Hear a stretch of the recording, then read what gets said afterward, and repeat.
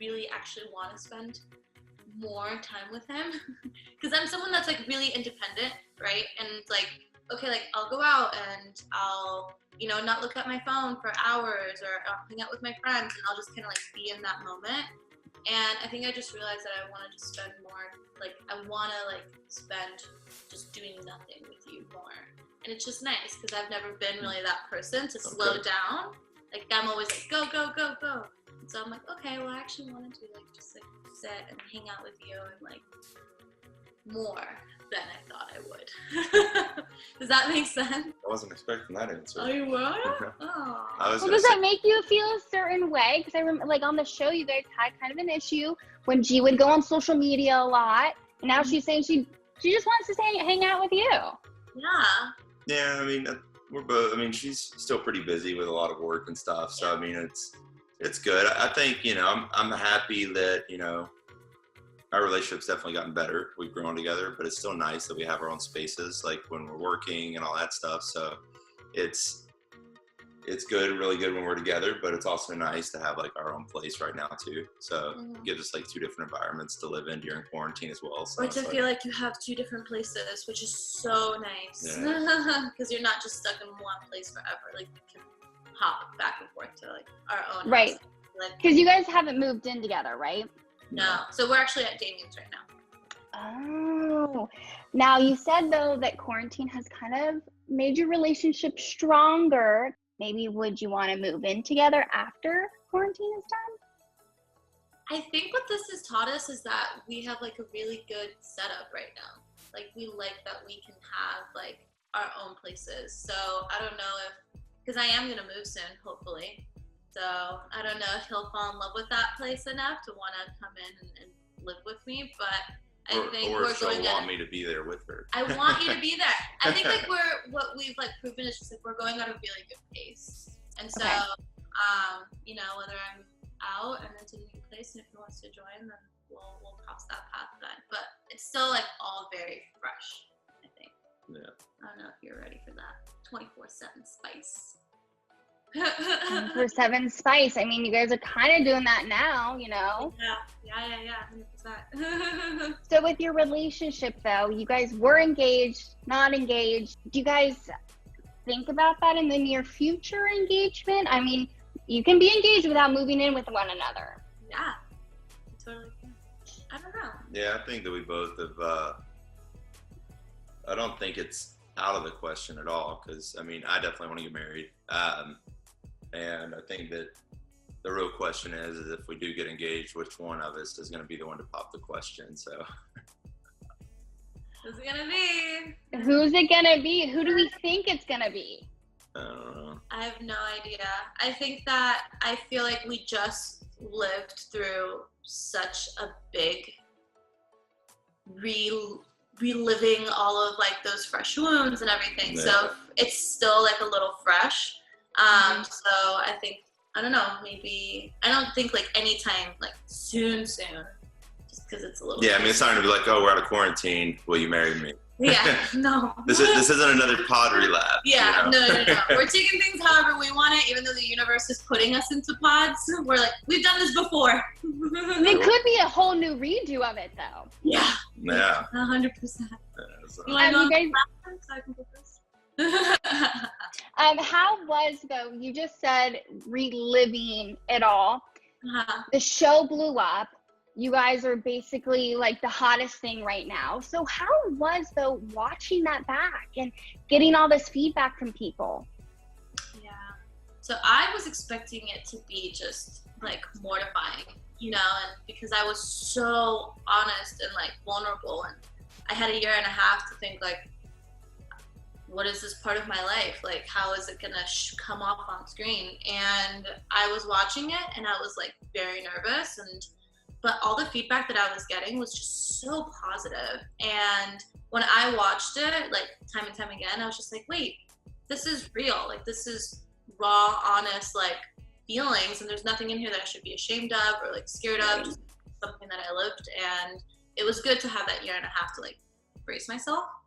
Because it was just so many emotions. And that's why people are like, wow, like that was like, I felt it with you, like I cried with you, and it's like I lived it, you know? So it was just a lot, but it was good because I was definitely in a good headspace to handle it, and everyone was so positive about it.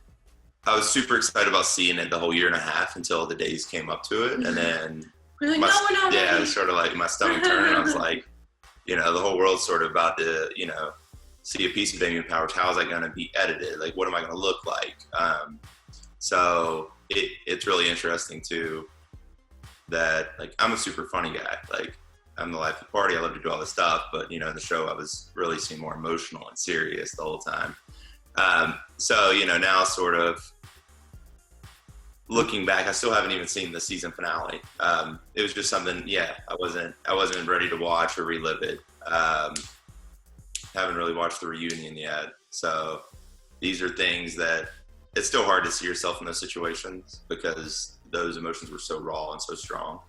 And I don't know, it was rough to rewatch, but there were good moments, you know, like when I saw, like, you know, the way I was able to like recover from things and like handle it, like I was proud of myself. And that's something you got to be able to do no matter what situation you're in. You have to be proud of yourself. Honestly, at this point, I've watched it with like all the snippets and everything that I've seen. I just couldn't really like sit down and just watch this Right. through. But it's all good. I've seen it. What happens? Now, do you think though, when the time comes to go back to the altar, to walk down that aisle, do you think it might be a little hard knowing what already happened? Well, I think there's always that fear, whether you've gone through something like that or not. I mean, we all have that like sort of fear or like that what if of just like jumping into the unknown. So, and that also like manifested itself like on the show for me, just because marriage is like a very, very real, scary thing. And I think some of that will always be there, but I think because we have gotten to know each other and it's not gonna look the same, I'm not gonna be wearing that same dress, like I'm gonna be in a completely different stage of my life, I feel. It's just gonna feel different. But like as far as like qualms, I think, you know, you can only do so much to kind of take those away because innately we're just, you know, we're all like little babies. Like, do you want my heart? Yes, take it. Okay, are you sure? So it's just like, you don't know. Yeah, I don't have any fears about it. I feel like if a proposal happens again or a marriage, like it'll be definite at that point. Like if it is with us, like we'll know that we've grown together, we're ready for it, and it's a step we both want to take. So like I have no like second guesses about a second engagement or wedding in the future. Like if I got an altar, I wouldn't even question it. So at that point. Oh, that's good. Yeah. Yeah, well, that's good. That's like good confidence right there. Yeah. Well, we did talk to Lauren and Cameron. I know this is getting way ahead of ourselves, but they said they were already talking about babies. Wow. Look at that. Yes. That baby will look beautiful. That baby will look beautiful, but that is like not even on the radar for you guys, or just like no babies on the brain.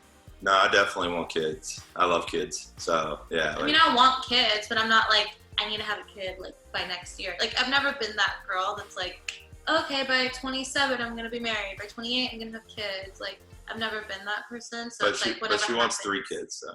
I want 3 kids. Yeah. I want a puppy before I have a kid. So if anything, we'll most likely have a puppy before we have babies. And then we'll see what happens. Yeah. Maybe the next step for you guys is getting a puppy then. A quarantine puppy. People are doing it. I want to have a quarantine puppy so bad. Now, I don't know if you guys have seen, but the big thing right now on Instagram and Twitter is like a Love is Blind quarantine situation where people are going on Instagram Live, blindfolding themselves and dating people. And it's like a quarantine spin-off of Love is Blind. No, I haven't seen it. Oh yeah, it's like the hottest thing right now. What? Are people like hitting it off? Yes. Yeah. Wow. And they're like, there's rounds of it and stuff. Like it's happening in New York, LA, Nashville. You guys need to look this up because I want to ask, like, what advice would you guys have for these people that are just like blindfolded and talking to these people over Instagram? I don't know. I think it's really interesting. It's hard to give advice on that situation because we all learned from nothing going into it. We weren't really given advice. It was, you know, you understand the feel of it once you get into it. And it's like, okay, like this is a rough conversation at first, but we can make it flow, or it's just like, I'm not attracted to your voice, I'm not your personality, the way you're talking. Like, there are things that just start hitting you the wrong way, or they start hitting you really the right way. So your advice would be go with your gut. yeah, just go with the feel, go with the voice, go with the conversation, and keep it true, keep it honest, and don't be afraid to hide something in the conversation. Be you. Just say whatever you want, and because that is ultimately going to come out anyway. Yeah. You know what I mean? So I think it's just kind of like skip the small talk. I think small talk is it's fine, but like skip it. You don't have to go into like, so how many babies do you want, or like how much do you make in a year? Like you don't have to go that deep into it, but just like have like a meaningful conversation and be honest, and like don't filter yourself. Like don't be afraid to say what you actually feel, because if you do, you're just literally losing time. We're gonna play a little game of quarantine confessions. Okay, are we ready? Yeah. Quarantine confessions. Okay, so number 1, what is your quarantine nickname? So it's your mood plus the last food that you ate. So mine yesterday was a moody chicken nugget. Kind of weird, but yeah. You had chicken nuggets, jealous. I'm gonna be a frustrated scrambled egg. I love it. Oh, right. Yeah. What are you? I'm gonna be happy oatmeal. Happy oatmeal. What guilty pleasure have you guys been up to in quarantine? I watched Tiger King. Like I binged it. Yeah. And that's I think like the guiltiest thing I've done. I've been actually like working a lot. Oh, that's always good. Yeah. So I've been busy. Yeah, I think my guilty pleasure is not being on my work schedule since I quit my job. So it's like now, like, I've always been disciplined for the last like 5 years, waking up 5:30, not getting home till 6:30. Sleeping in. Okay, those aren't that too guilty. So you guys, it's fine. Those are like normal. Okay. Like a little box of chocolates, or yes, at least. Yes. Okay, so the third thing, what embarrassing thing have you guys caught each other doing while in quarantine?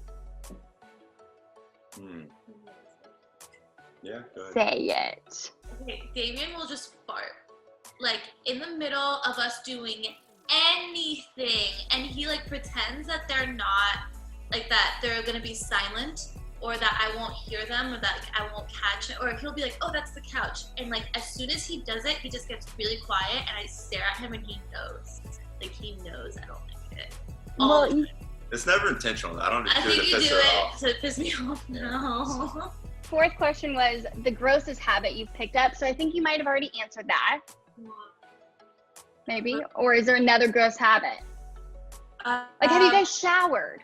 Have you, like, are you guys, like, changing out of your pajamas? What are you guys doing?